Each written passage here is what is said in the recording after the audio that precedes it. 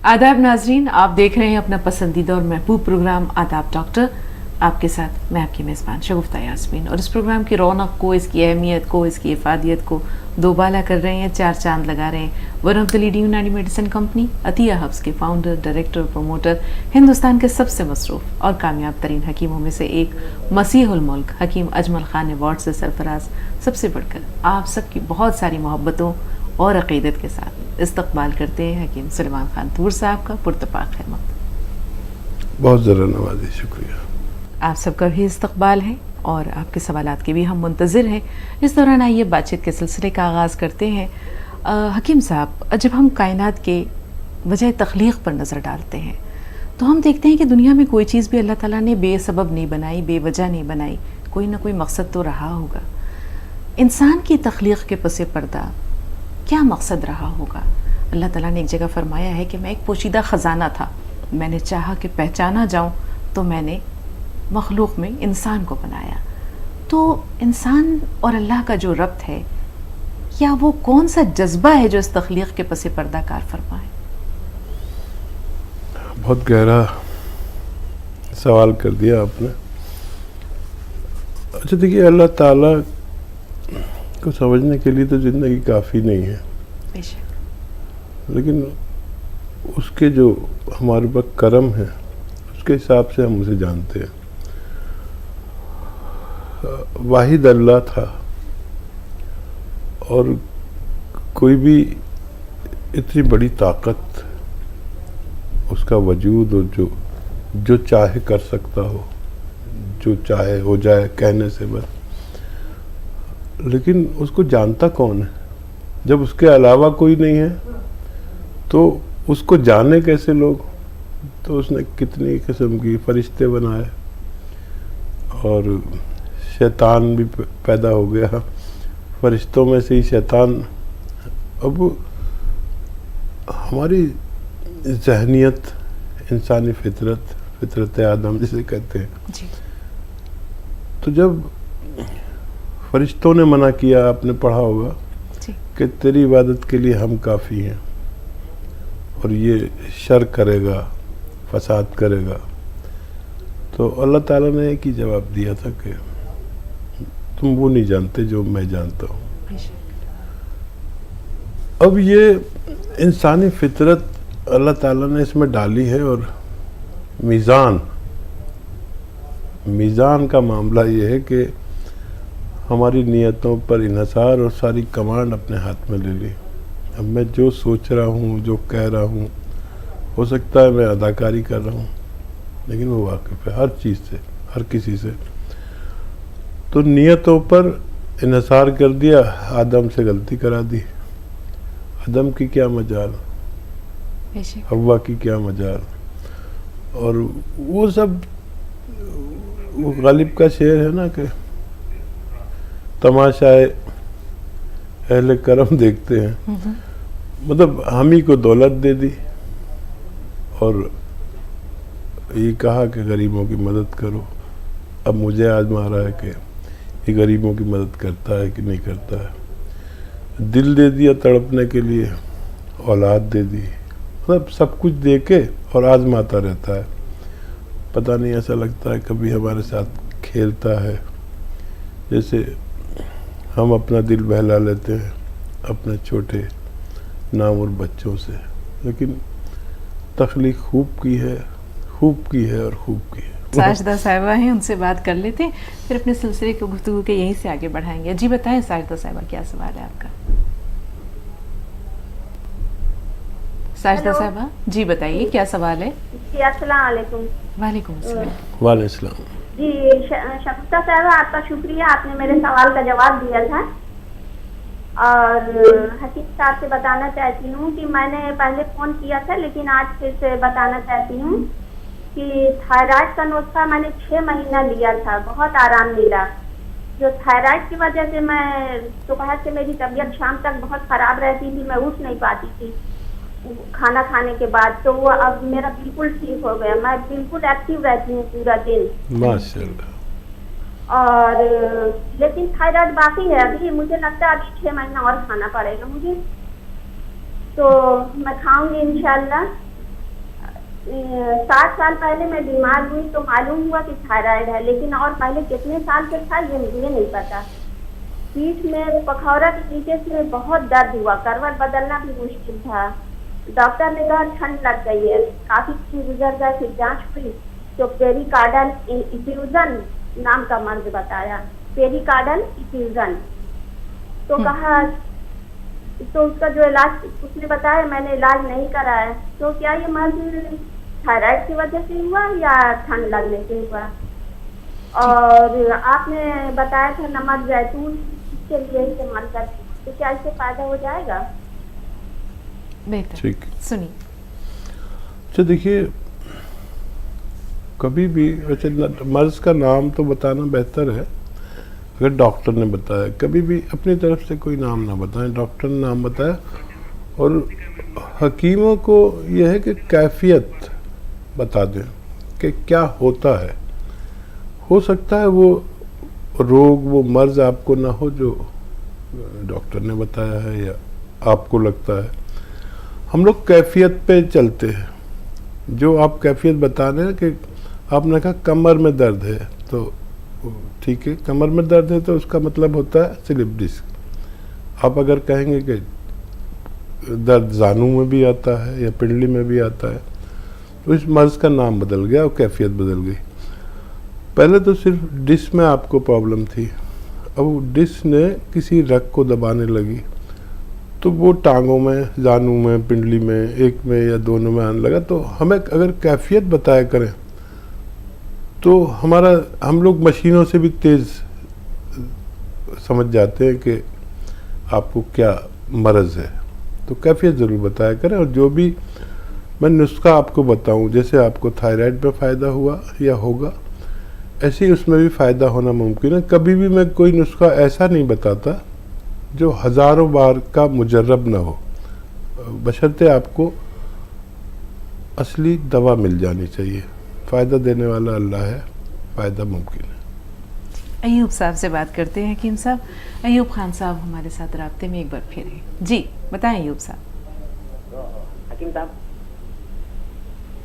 जी अयूब जी भाई। जी फरमाइए। जी, मैं वो एसिडिटी के लिए दवा बुक कराया था मैं। फिर तो एसिडिटी के लिए और मैं गैस के लिए और सर का दर्द देता, इसके लिए क्या करना चाहिए? हकीम साहब से बात करना। जी लेकिन वो एसिडिटी के लिए मैं नुस्खा बताता हूँ, और वो सौंठ, जीरा, अजवाइन, धनिया, मेथी, 6 चीज़ें 100-100 ग्राम लेकर पाउडर बना लें, 1 चम्मच खाएं और 1 चुटकी नमक जैतून असली वाला 2 गिलास पानी में मिलाकर इस्तेमाल किया करें। ये बहुत मुजर्रब नुस्खा है जो 9-10 इमराज में काम आता है, जिसमें एसिडिटी, कब्ज़, बवासीर, kidney problem, liver problem, skin problem, मुहासे और बहुत सारे इलाज इससे होते हैं। ये दुनिया का बेहतरीन नुस्खा कह सकते हैं। जी ताहिरा साहब एक बार फिर राब्ते में हैं। जी ताहिरा साहब बताएं क्या कहना चाह रही हैं आप? हेलो जी फरमाइए। अस्सलाम वालेकुम।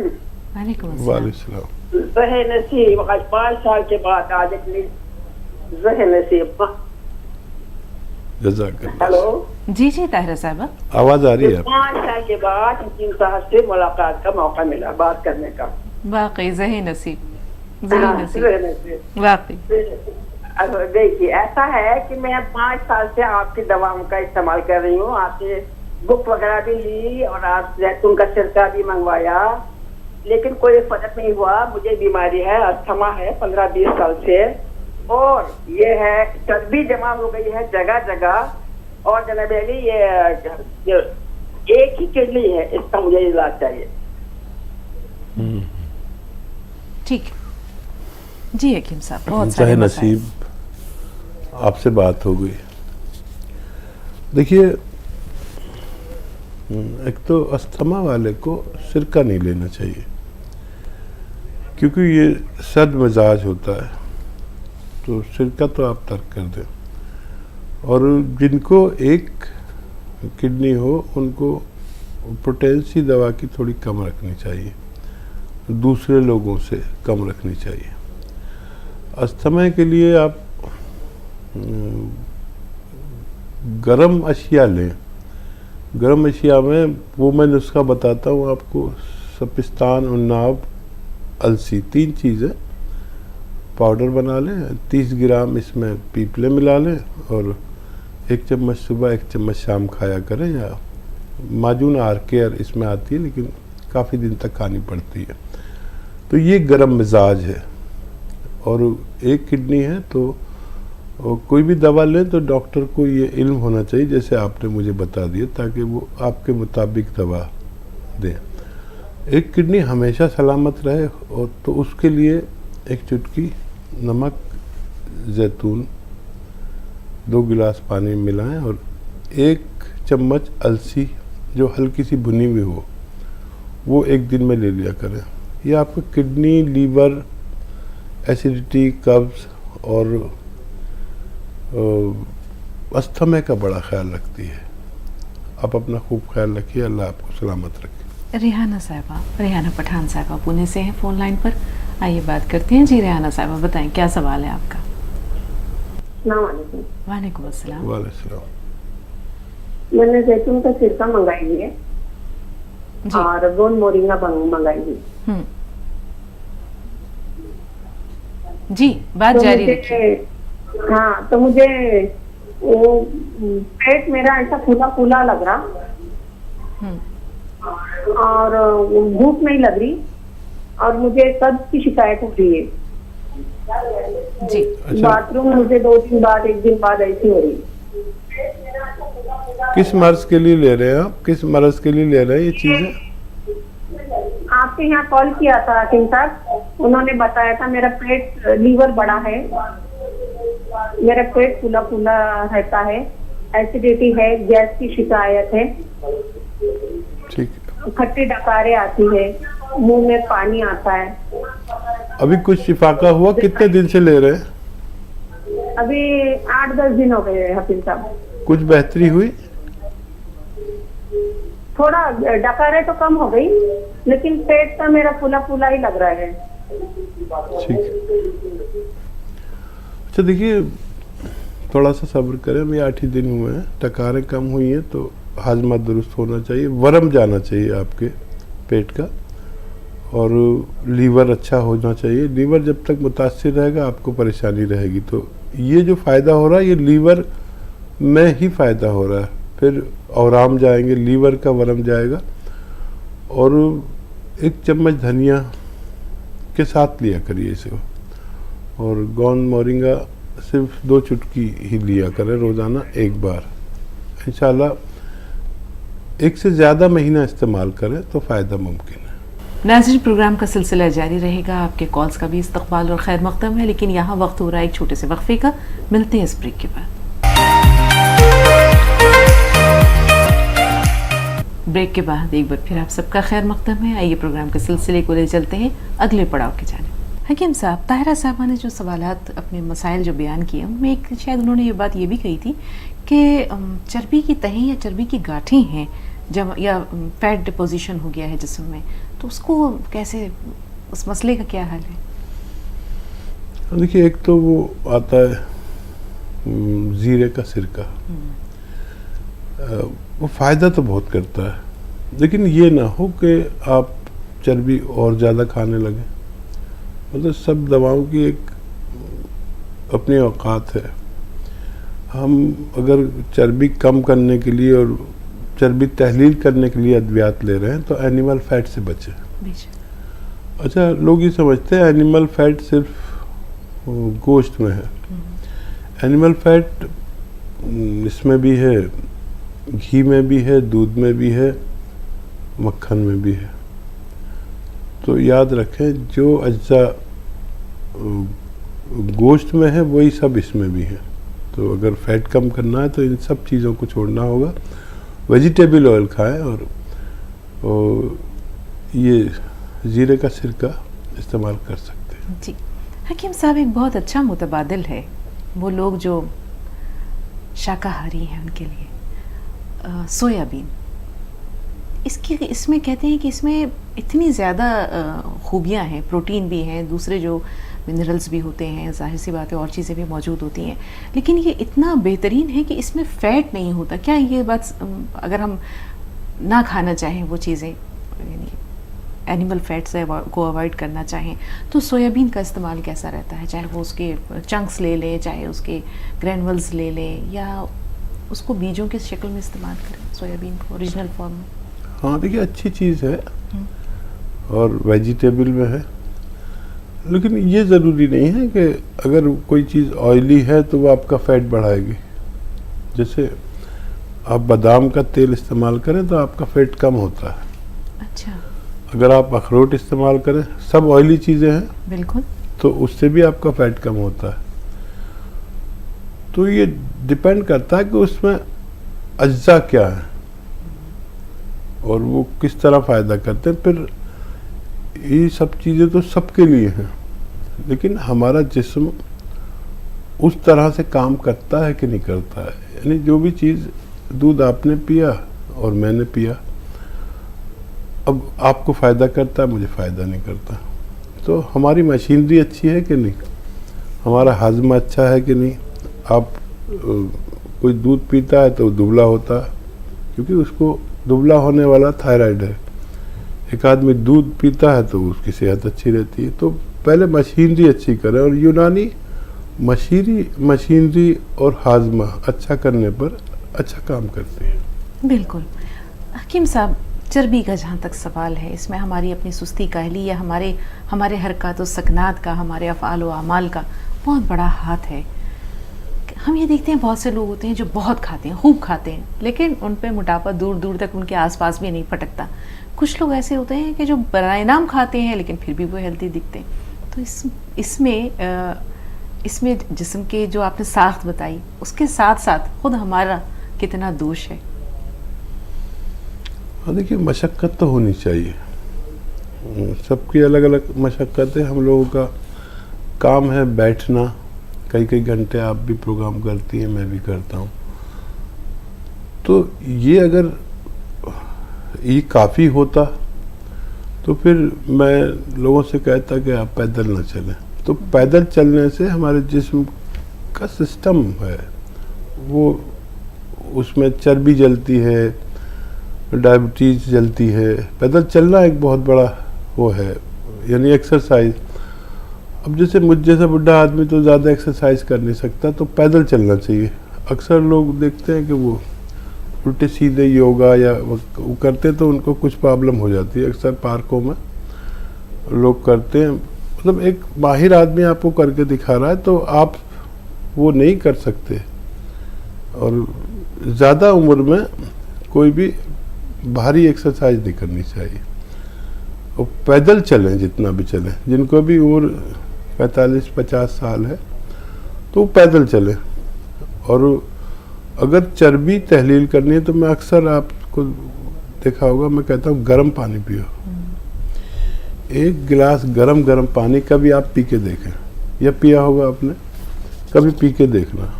गरम जैसे चाय होती ना, ऐसा पानी। हाँ, अब यकीन करें, ऐसा लगेगा कि आप एक घंटा पैदल चल के आते हैं ना, तो जितने पसीने आपको आते हैं वो एक गिलास पानी पीकर आ जाते हैं। कभी आप देखना, कल करके बताती हूँ हकीम साहब। ये निहार में?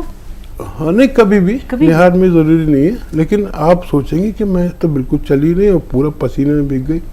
ये पसीना आना एक बहुत अच्छा अमल है, जिसमें डायबिटीज़ भी कम होती है, चर्बी भी तहलील होती है, हाजमा दुरुस्त होता है, और इससे सरमाया अनफास मजबूत होता है। क्या बात है हकीम साहब, आपके अल्फाज आबिज़र से लिखे जाने के लायक हैं। कादिर खान साहब से बात कर रहे हैं। जी कादिर साहब, बताएं क्या सवाल है आपका? हैदराबाद से फ़ोन लाइन पर है आप, इस्तकबाल है। मैं काला नमक इस्तेमाल कर रहा हूँ, उससे 10% फायदा हुआ। और मेरी बेटी का सवाल है, वो थोड़ी मोटी सी है, वो दुबले होने के लिए क्या करना चाहिए? ठीक है, ठीक है।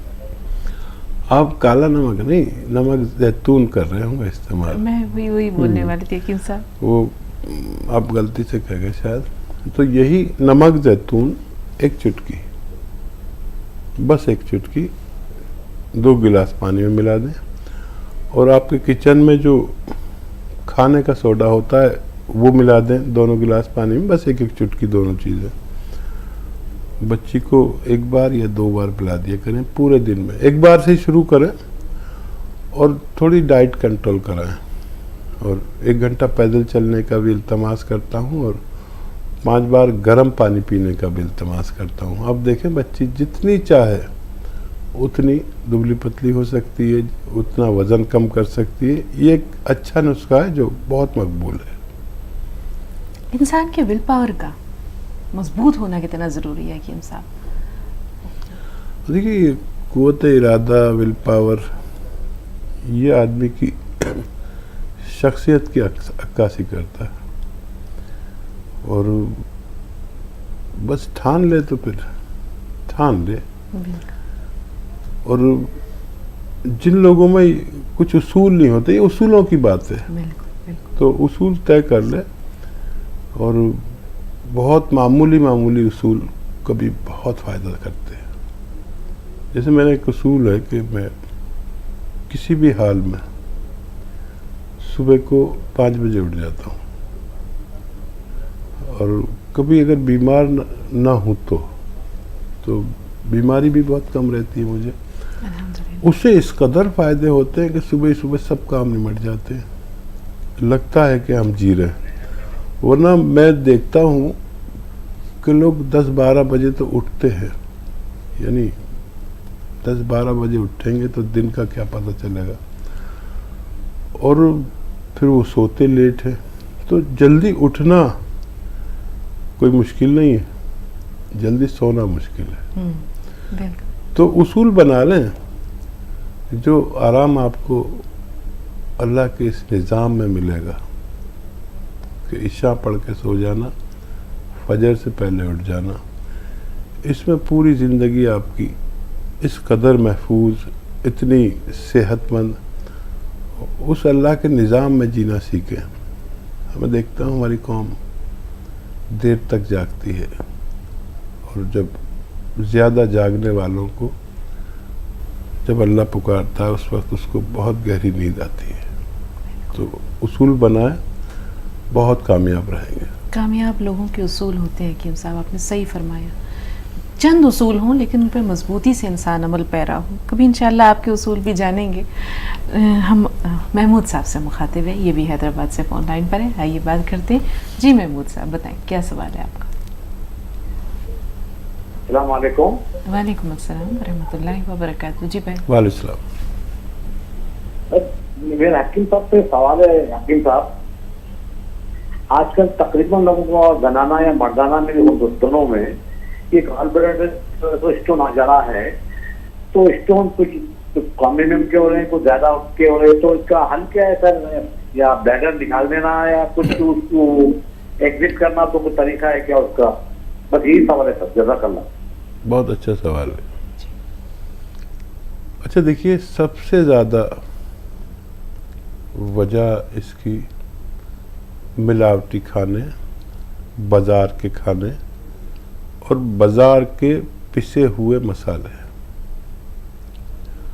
और 2 ही जगह पत्थर होता है, एक गैल ब्लैडर में, एक इसमें किडनीज में। किडनी के कितने भी बड़े पत्थर तोड़कर पाउडर बनाकर रेज़ा करके निकाले जा सकते हैं, लेकिन गैल ब्लैडर का क्योंकि सुराख बहुत बड़ा नहीं होता, और ऐसे लोग जिनके भी पथरी है 2-3 mm का पत्थर हो तो निकाला जा सकता है, वरना फिर उसका रिमूव कराना बेहतर है। तो इन दोनों के नुस्खे ज़्यादा अलग अलग हैं। एक तो देखिए, घर में खाना बने तो घर का खाना जब भी कहलाएगा जब आपके घर में खुद मसाला कोई पाउडर बना ले मसालों का। पिसे पिसाए मसालों से में वो नहीं होता कि वो पथरी को बनने ना दे। और ये जो मामूली सी चीज़ें आप इस्तेमाल करते हैं, जो लौंग है, इलायची है और लहसुन है और दूसरी चीज़ें हैं, ये चर्बी को काटती है। जब हमारे पित्ते में इतनी चर्बी रक्स करती है कि वो संभाल नहीं पाता, और हमारे पित्ते में एक एसिड होता है जो चर्बी आती है उसे जला के निकाल देता है, लेकिन कभी हम इतनी चर्बी खाते हैं कि हमारा पित्ता ही चर्बी से भर जाता है और वो लिक्विड ख़त्म हो जाता है, तो हमारे पित्ता में चर्बी रुक जाती, जो पथरी बन जाती है, उसको निकालना अगर बड़ी पथरी हो तो नामुमकिन है। उसके लिए अब ये सब हो रहा है। तो चर्बी का, एनिमल फैट का कम से कम प्रयोग करें, इस्तेमाल करें, और गैल ब्लैडर की पथरी निकाली जा सकती, कितनी भी बड़ी हो। इलाज अलग अलग हैं। एक इलाज ये है कि अगर गैल ब्लैडर में अगर छोटी सी पथरी है, चाहे कितनी भी हो छोटी छोटी, तो वो निकल सकती है। तो उसके लिए जैतून का सिरका 3 चम्मच और 3 चम्मच जैतून का तेल 1 गिलास पानी में मिलाकर इसे पी लिया जाए। 3 से 5 दिन तक ये इस्तेमाल किया जाए तो छोटी पथरियाँ निकल सकती हैं हमारे गैल ब्लैडर से। और पानी फिर 1 गिलास और पी लें बाद में। ये 3 से 5 दिन आप इस्तेमाल कर सकते हैं। और किडनीज में कितनी भी बड़ी पथरियाँ हो, उनको निकालना आसान है, उसका नुस्खा अलग है। नाज़रीन, प्रोग्राम का सिलसिला जारी रहेगा। आपके कॉल्स का भी इस्तकबाल और खैर मक़दम है, लेकिन यहाँ वक्त हो रहा है एक छोटे से वक्फे का। मिलते हैं इस ब्रेक।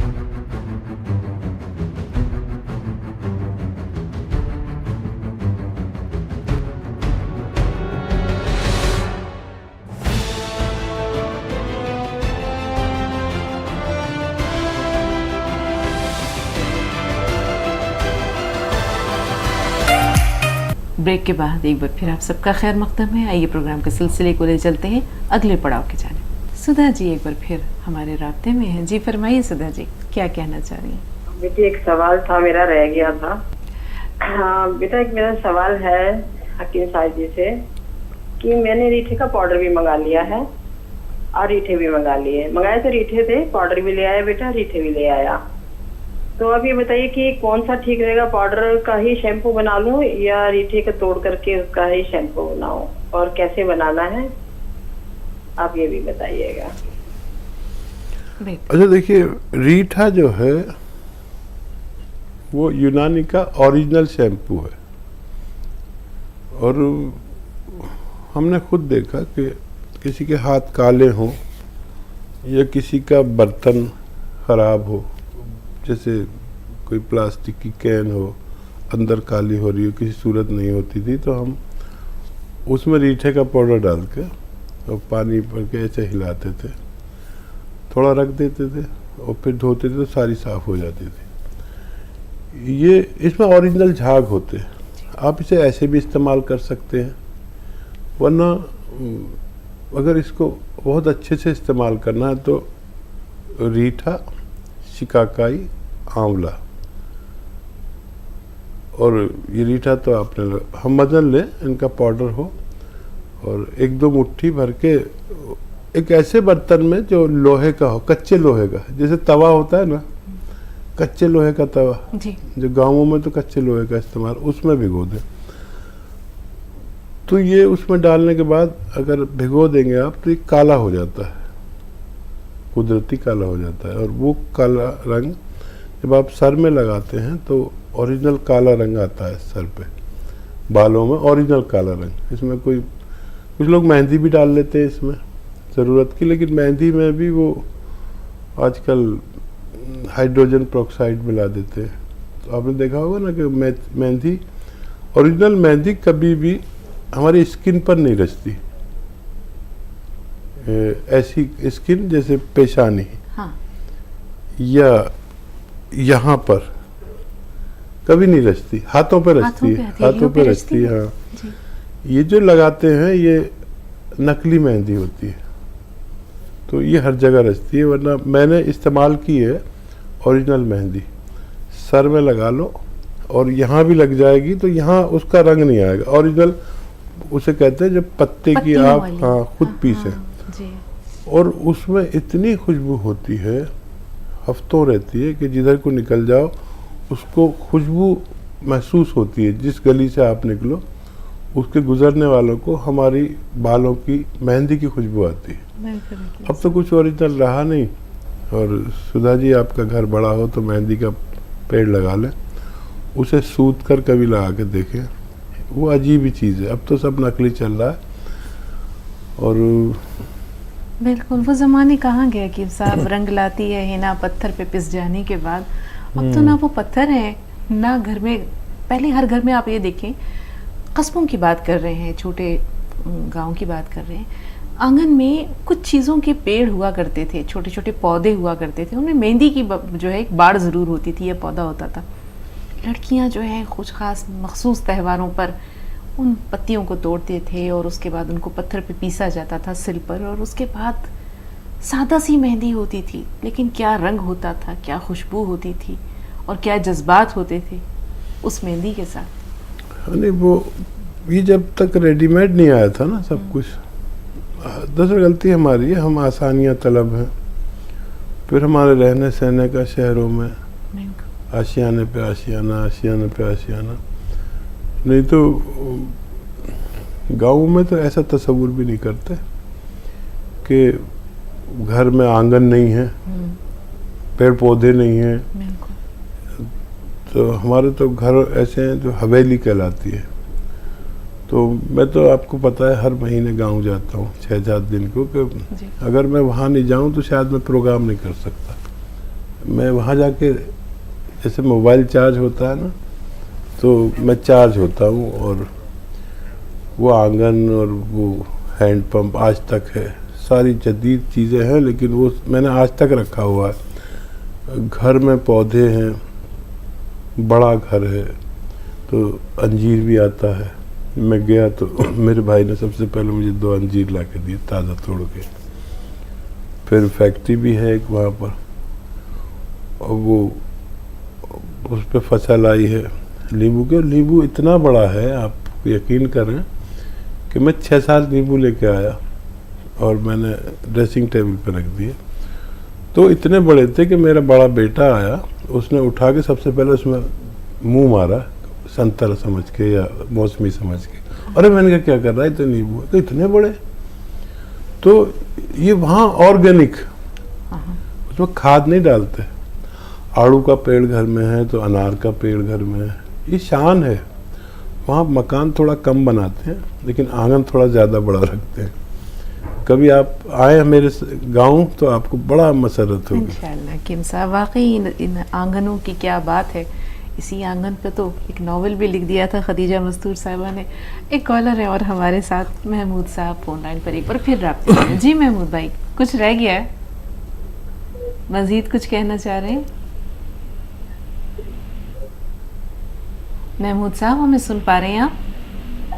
जी हाँ, जी हाँ। जी फरमाइए। सर, अभी मैं कुछ देर पहले आपसे सवाल किया था लेटर के ताल्लुक से, उसका तो जवाब मिल गया, शुक्रिया। हाँ। और एक सवाल है सर, हमारे एरिया है सर, वो थायराइड की शिकायत है, थायराइड की गोली चल रही है, लेकिन बाला जाने की शिकायत बहुत है सर, सर के बाल बहुत झड़ते हैं। हाँ। इसका कोई इलाज? थायराइड की भी है बाल। ठीक, बहुत बहुत अच्छा इलाज है। जी। और थायराइड को कंट्रोल किए बगैर इलाज मुमकिन नहीं है। आप अपनी थायराइड की गोली छोड़ना नहीं, लेकिन एक बड़ा अच्छा नुस्खा है। और मैंने तो जिसको भी बताया उसका फीडबैक यही आया कि अल्लाह ने फ़ायदा दे दिया। आप भी कोशिश कर लें। धनिया 300 ग्राम, धनिया का दाना 300 ग्राम, मेथी का दाना 100 ग्राम और आंवला सूखा हुआ 100 ग्राम, इनको पाउडर बना लें। और इस एक अलग से ले लें नमक ज़ैतून, एक चुटकी नमक ज़ैतून 1 गिलास या 2 गिलास पानी में मिलाएं। ये पाउडर सुबह खाएं, जब आप गोली खाएं ना उसके बाद खा लें या पहले खा लें। ये 3 चीज़ों का पाउडर और ये पानी पी लें, बस 1 बार या 2 बार। अपनी दवाई खाते रहें। और जैसे जैसे आपको हर 2 महीने में फिर थायराइड टेस्ट कराना, जैसे जैसे कम होता जाए आप थायराइड की गोली कम करवाते जाएं अपने डॉक्टर के मशवरे से। ये बेहतरीन इलाज है, अगर आप इस्तेमाल करें तो फ़ायदा मुमकिन है। हकीम साहब, किसी को थायराइड है, पहचान क्या है, अलामत क्या है? एक तो इसका टेस्ट है। हाँ वो तो है, कोई काहिल इंसान ना करवाए ये सोचे कि मुझे नहीं है लेकिन उसे है, फिर क्या करें? अच्छा देखिए, थायराइड का पहचान है। जैसे कभी आप मुझे ये देख लें मैं थोड़ा सा मोटा हो रहा हूँ, कभी ये देखें पतला हो रहा हूँ, ये होता रहता है। पहले आप मुझे इतने दिन में मिली हैं तो मुझे थोड़ी स्लिम लग रही हैं, बहुत दिन में देखने वाला बता सकता है, रोज़ाना मिलने वाला नहीं। तो कभी आप थोड़ी मोटी लगेंगे तो मैं कहूँगा आप थोड़ी हेल्दी हो रही हैं। तो अगर वज़न कम और ज़्यादा हो रहा है तो समझ लीजिए थायराइड नहीं है। अच्छा। अगर वज़न बढ़ता ही जा रहा है या कम ही होता जा रहा है तो समझ लीजिए शक है कि थायराइड है। टेस्ट जो है वो एक सनद है, वरना अंदाजे से मैं बताऊं तो वो लोग मानते नहीं।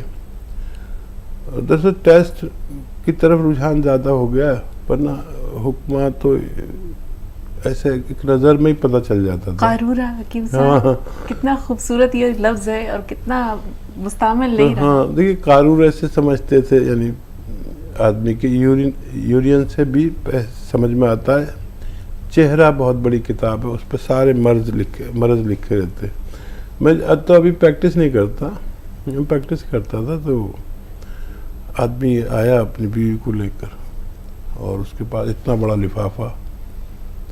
अब इतना बड़ा लिफाफा आ रहा है तो जाहिर है उसमें MRI होगा, और फिर बीवी थोड़ी लंगड़ा भी रही तो समझ में आ गया कमर में। अब वो 10,000 की रिपोर्टें करा रखी है और ये सब ये देख लो। मैंने कहा भाई मैं इसे नहीं देखता। फिर मैंने उनकी भी कहा कि देखो इनके कमर में नसें दबी हुई हैं, टांगों में दर्द आता है। और अबू कह रहा कि अरे अभी तो आपने रिपोर्ट नहीं देखी, ये कैसे? तो काफ़ी कुछ चेहरे में होता है, स्ट्रक्चर में होता है, कुछ तजर्बे में होता है। अब वो इतना हैरत में, वो फिर उसकी भी ठीक हो गई जो 10-12 साल से परेशान थी। और उसने इतना हंगामा कर दिया कि यार मैंने 50,000 का टेस्ट करा के ले गया। पहले तो उसको बहुत बुरा लगा पहले दिन तो, लेकिन जब दोबारा आया तो बड़ा खुश था कि आपने उसको रिपोर्ट को हाथ भी नहीं लगाया और मेरी बीवी भी ठीक हो गई और मेरे तो 50,000 रुपये उसमें ही चले गए। तो हमारे पैसे ज़्यादा इलाज में नहीं, टेस्ट में जाते हैं। और मैंने अल्हम्दुलिल्लाह अपनी पूरी ज़िंदगी में किसी का कोई टेस्ट नहीं कराया। अल्लाह ने तजर्बा दिया। मैं कहता हूँ भाई तू चाहे तो करा ले। मतलब ये मैंने कभी, अगर मैं जब प्रैक्टिस में था तो 500 लोग आते थे मेरे पास एक दिन में, और भी थक जाता था, कुछ वापस भी चले जाते थे। और वो भी सुबह के 12 बजे तक, दोपहर के हम लोग मरीज़ को वो ले लेते, तकर्रुर कर लेते, उसके बाद आया तो नहीं लेते, तब 500 हो जाते थे। तो मैं चाहता तो करोड़ों रुपए वो, अगर हम टेस्ट लिख के देते हैं तो दलाली मिलती है, जब कमीशन कह लो, कुछ भी कह लो। अल्लाह का एहसान, मैंने आज तक कोई कमीशन, कोई दलाली नहीं खाई। नहीं तो करोड़ों रुपए महीना मेरे को उसका आ सकता था, लेकिन मेरे दिल ने गवारा नहीं किया। नाज़रीन, प्रोग्राम का सिलसिला जारी रहेगा, आपके कॉल्स का भी इस्तकबाल और खैर मक़दम है, लेकिन यहाँ वक्त हो रहा है एक छोटे से वक्फे का। मिलते हैं इस ब्रेक के बाद। ब्रेक के बाद एक बार फिर आप सबका खैर मक़दम है। आइए प्रोग्राम के सिलसिले को ले चलते हैं अगले पड़ाव की जानिब। रेशमा है हमारे साथ हैदराबाद से। आज हमारे मैक्सिमम कॉलर्स जो हैं वो हैदराबाद से हैं। रेशमा साहिबा जी फरमाइए, क्या सवाल है आपका? बहुत खुजाना आ रहा है और बाला भी झड़ रहे हैं। खुजली आ रही है जी। हाँ रेशमा साहब, अपनी उम्र बता दीजिए। वालेकुम अस्सलाम। मेरी उम्र 30 साल है। खुजली है, बाल भी झड़ रहे हैं। अच्छा बेटा देखो, अलसी खरीदो। अलसी को इंग्लिश में फ्लैक्सीड कहते हैं, और इसको हल्का सा भून लो, 200-300 ग्राम ले लो और इसको हल्का सा भून कर पाउडर बना लो। अब एक चुटकी नमक जैतून, एक चुटकी खाने का सोडा, 1 गिलास या 2 गिलास पानी में डालो और 1 चम्मच अलसी खा लो। बस रोज़ाना ये एक खुराक ले लिया करिए, आपकी ये सारी परेशानियां अच्छी होना मुमकिन है। जी। कर्नाटक से यास्मीन साहबा, बताएं यास्मीन, क्या सवाल है आपका? अस्सलाम वालेकुम। वालेकुम अस्सलाम। हाँ हकीम साहब, बहुत दिन से ट्राई कर रही हूँ, फोन ही नहीं लगता आपका। जब भी कॉल करे बिजी बताता है या फिर डिस्कनेक्ट हो जाता है। आज 3 साल बाद फोन लगा है, बहुत खुशी हो रही है। हकीम साहब का बहुत बहुत शुक्रिया। मेरे भैया को है ना यूरिक एसिड है हकीम साहब, कुछ नुस्खा बताएं। कितनी उम्र है उनकी? 55 साल है हकीम साहब। ठीक है। और मेरा लड़का 11 साल का है, उसकी हाइट नहीं बढ़ रही ना हकीम साहब, कुछ नुस्खा बताइए। जरूर जरूर। पहले भाई का सवाल। और देखिए, किसी को भी अगर यूरिक एसिड बढ़ता है तो एक बहुत अच्छा, दुनिया का अच्छा नुस्खा है ये। अलसी ले लें। अलसी को इंग्लिश में फ्लैक्सीड कहते हैं। ये खटमल नुमा तिलहन में से है, जैसे तिल होते हैं ना उससे थोड़ी बड़ी होती है। ये खटमल के हमरंग, इसे फ्लैक्सीड इंग्लिश में कहते हैं, पता नहीं आपके यहाँ क्या कहते हैं, हम लोग यहाँ पर अलसी कहते हैं। अलसी आप सर्च कर लें और इसको 200-300 ग्राम खरीद लें। अलसी को हल्का सा भूनें, पाउडर बना लें, ज़्यादा नहीं भूनना है। 1 चम्मच अलसी खाएं और 1 चुटकी नमक जैतून या तो अलसी में मिला के खा लें या 1 गिलास पानी में मिला के ये पी लिया करें, बस काफ़ी है। इंशाअल्लाह उनकी यूरिक एसिड कंट्रोल हो सकती है। इसके अलावा उनको एसिडिटी, कब्ज़, बवासीर, लीवर प्रॉब्लम, किडनी प्रॉब्लम, खुजली और बहुत सारे रोग, मुहासे किसी को हो तो ये खाएं तो इन सब अमराज में ये अच्छा काम करता है। इसमें मतलब तकरीबन 10 अमराज में ये फ़ायदा करता है। दुनिया का बेहतरीन नुस्खा है। और जो हाइट नहीं बढ़ रही है बच्चे की, तो सही उम्र में आपने फ़ोन किया है, कम उम्र में ही फ़ोन करना चाहिए। गोंद मोरिंगा सफ़ेद वाला, याद रखें, लाल या पीला ना लें, गोंद मोरिंगा सफ़ेद लें। 1 ग्राम रोज़ाना दूध में मिलाकर पानी के साथ या नारियल पानी के साथ बच्चे को 24 घंटे में एक खुराक दें, इंशाल्लाह फ़ायदा मुमकिन है। जी, शमशाद साहबा राजस्थान से हैं हमारे साथ। जी बताइए, क्या सवाल है आपका शमशाद साहबा? अस्सलामुअलैकुम। वालेकुम वालेकुम अस्सलाम। जी वालेकुम। ये कोटा से शमशाद बोल रही हूँ। ये ना बहुत सारे लेडीजों के गोले ज्यादा जाते हैं, ये गोला क्या मर्ज है? क्या कह रहे हैं आप? सवाल दोहराइए जरा। गोला जाता है लेडीजों के, ये क्या मर्ज है? मेरे पास भी सारे मतराने के आते हैं। कुछ कैफियत बताइए, इसमें क्या होता है? उसमें किसको इसकी जैसा होता है, किसी को मतलब पेट में दर्द होता है, पारी आती है। ठीक है, ठीक है। हाँ, बदहजमी की का गोला, गैस का गोला। हाँ, बड़ा समझना पड़ता है आप लोगों की ज़बान, हर इलाके की मकामी ज़ुबान होती है। जी तो देखिए, अच्छा इलाज है, निज़ाम अपना पेट का अच्छा कर ले। वो सौंफ, सौंठ, ज़ीरा, अजवाइन, धनिया, मेथी का दाना, एक बार और बोल देता हूँ, सौंफ, सौंठ, ज़ीरा, अजवाइन, धनिया, मेथी का पाउडर बना लें 100 ग्राम लेकर, ये घर में रहना चाहिए। और एक आता है नमक जैतून, ये अलहदा से आप ख़रीद के रखें। ये जो आपने सफ़ूफ बनाया 6 चीज़ों का, 1 चम्मच खाएं और 1 चुटकी नमक जैतून 2 गिलास पानी में मिला के आप दिन में 1 बार या 2 बार ले लिया करें। तो ये गैस का गोला और एसिडिटी, कब्ज़, बवासीर, बहुत सारे रोगों में ये काम करता है। पेट के निज़ाम को दुरुस्त करता है, लीवर के सिस्टम को अच्छा करता है और औराम को, यानी जो बरम हो जाते हैं उनमें भी फ़ायदेमंद है। जी, कर्नाटक से गुलजार साहब, बताएं क्या सवाल है आपका? हेलो, अस्सलाम वालेकुम। जी वालेकुम अस्सलाम। हकीम साहब का सलाम। वालेकुम रहमतुल्लाहि व बरकातहू। हकीम साहब, मुझे क्या है, 55 साल उम्र है। पेट मेरा मोटापा बोले तो ऐसा, वेट तो थोड़ा ज्यादा है और पेट भी फूला फूला हुआ है, मतलब हाथ पैर बराबर है। पेट का क्या है वो, ठीक, पेट बहुत बड़ा दिखता है मेरा।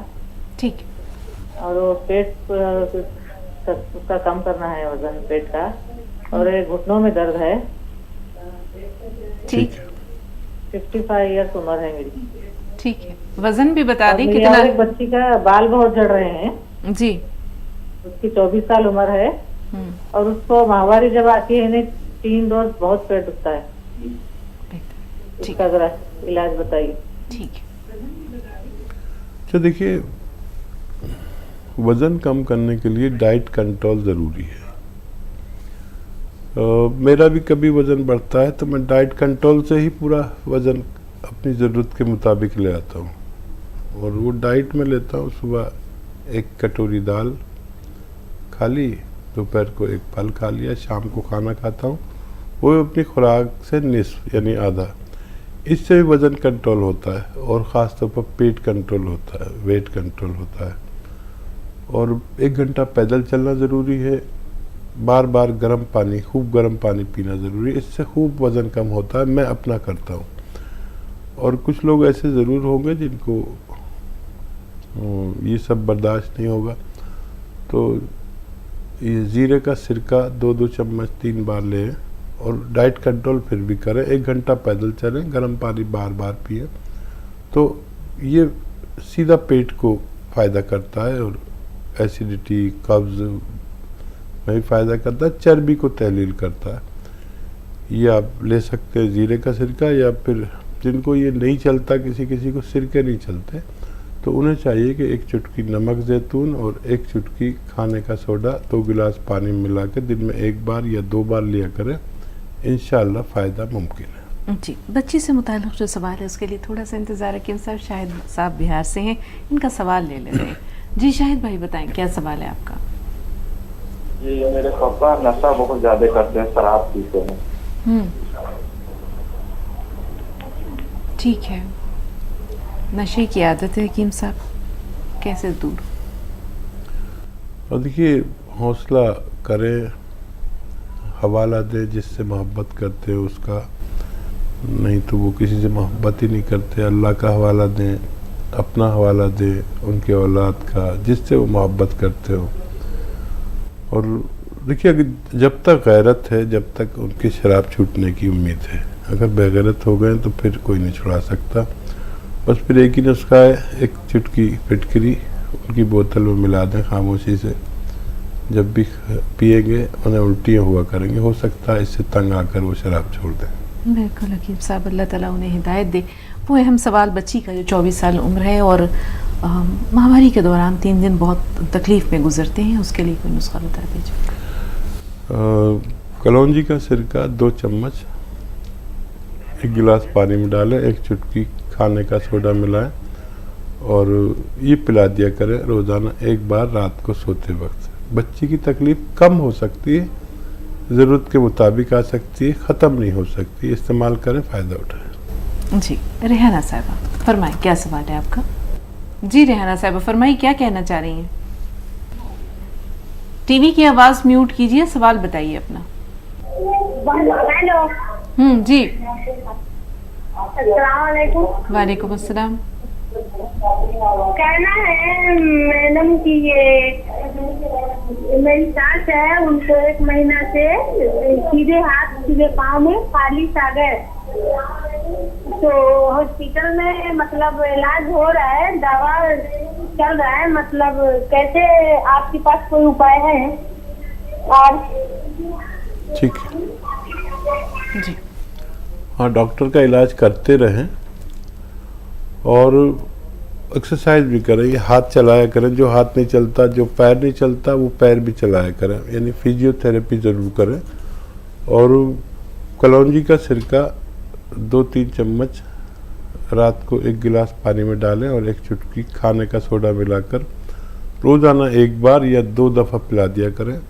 इंशाअल्लाह फ़ायदा मुमकिन है। जी हकीम साहब, फिजियोथेरेपी का क्या रोल है इस तरह की बीमारियों में, फालिज हो या कोई और लकवा हो? और देखिए, पूरा जाल है नसों का और पट्टों का हमारे जिस्म में, और ये उसूल है कि अगर हमारा जिस्म किसी जगह पर ऐसे 72 घंटे पड़ा रहे, जिस्म का जो भी हिस्सा ज़मीन से टकराया हुआ है, पलंग से टकराया हुआ है, ऐसे लेटे हैं हम, तो वो जगह नासूर बन जाती है, वहाँ ज़ख्म हो जाते हैं। फिर नासूर उसको कहते हैं जो ज़ख्म कभी ठीक नहीं होते। तो समझ लीजिए फिजियोथेरेपी का कितना बड़ा रोल होगा कि 72 घंटे में आदमी गलने लगता है, चाहे वो जिंदा हो। जिंदा आदमी 72 घंटे में गलने लगेगा अगर वो एक ही साल लेटा रहा है, ये उसूल है। तो यहाँ तो फालिज हो गया, घर वालों को पता नहीं है कि करवट दिलानी ज़रूरी है, अलट पलट करना ज़रूरी है। अक्सर लोगों को नासूर हो जाता है, पता नहीं होता। तो इतनी ज़रूरी है कि 72 घंटे, अब ये तो पता नहीं कब तक के लिए हो गया। अब इसको चलाते रहो तो खून चलेगा, इसमें खून चलता रहेगा तो जख्म नहीं होता। तो जो थम गए तो फिर खून की गर्दिश थमी, जिंदगी थम जाती है। जिंदगी जो है गर्दिश का ही नाम है, खून की गर्दिश का। तो फिजियोथेरेपी का आधा रोल तो है। बहुत शुक्रिया हकीम साहब, बहुत बहुत शुक्रिया। अपना कीमती वक्त नाजरीन की खातिर आप निकालते हैं हर रोज़, न जाने कितने लोगों से और किस किस रूप में दुआएं लेते हैं। ज़ख़ीरा आखरत भी है, तोशा आखरत भी है, और दुनिया में आपके लिए मोहब्बतों का एक लाजवाल ख़जाना भी है। बहुत शुक्रिया, बहुत शुक्रिया। सलामत रहिए। जज़ाकल्लाह। आपका भी बहुत शुक्रिया। जज़ाकल्लाह। तो नाज़रीन, आज के लिए इतना ही, फिर मिलेंगे इंशाअल्लाह। तब तक के लिए